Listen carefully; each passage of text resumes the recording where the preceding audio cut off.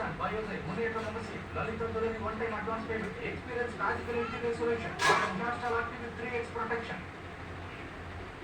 Papa, you are not friends anymore. Pick it up. Lou, you my best friends. Okay, balik sa inyo mo. Tapos may mo sila nalaman.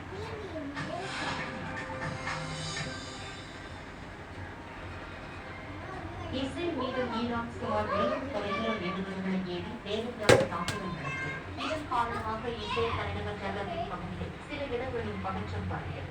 Award சைரன்கள் ஒலித்ததால் ஆயிரக்கணக்கான மக்கள் பதுங்குகுழிகளில் தஞ்சம் அடைந்து பின்னர் வெளியேறலாம் என்ற அரசு அறிவிப்பின் அடுத்து இயல்பு நிலைக்கு திரும்பினர். ஈரானின் தாக்குதல்கள் மிகச்சிறிய பாதிப்பையே ஏற்படுத்தியதாகவும் பெரும்பாலான ஏவுகணைகள் தடுக்கப்பட்டு செயலிழக்க செய்யப்பட்டதாகவும் இஸ்ரேல் ராணுவ செய்தி தொடர்பாளர் ருகர் தெரிவித்தார்.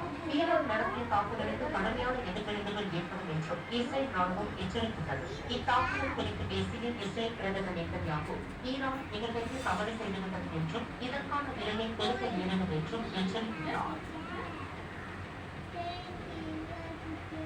தமிழகத்தில் பல்வேறு பகுதிகளில் நிகழ்ந்த சில சம்பவங்களை